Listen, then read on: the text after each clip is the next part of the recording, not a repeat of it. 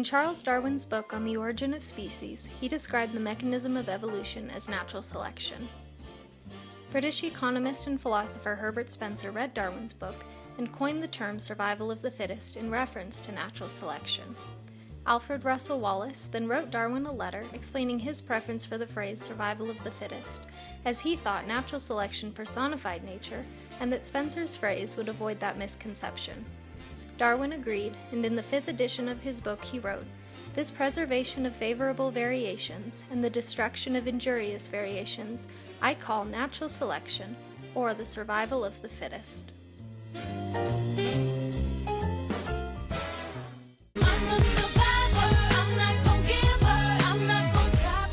Survival of the fittest is not the strongest organism surviving for a long time. This understanding is incorrect for 2 reasons. The first reason is that while survival is nice for the individual, reproduction is necessary for evolution to occur. A lion that is able to survive for a long time but that does not reproduce will not pass along his genetic material.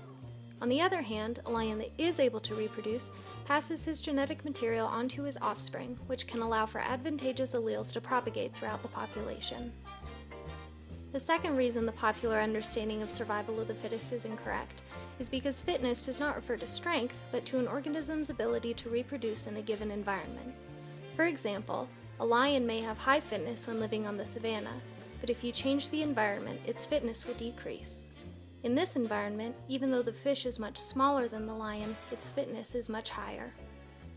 Survival of the fittest does not refer to strong organisms living long lives, but rather to organisms that are able to best reproduce in a given environment.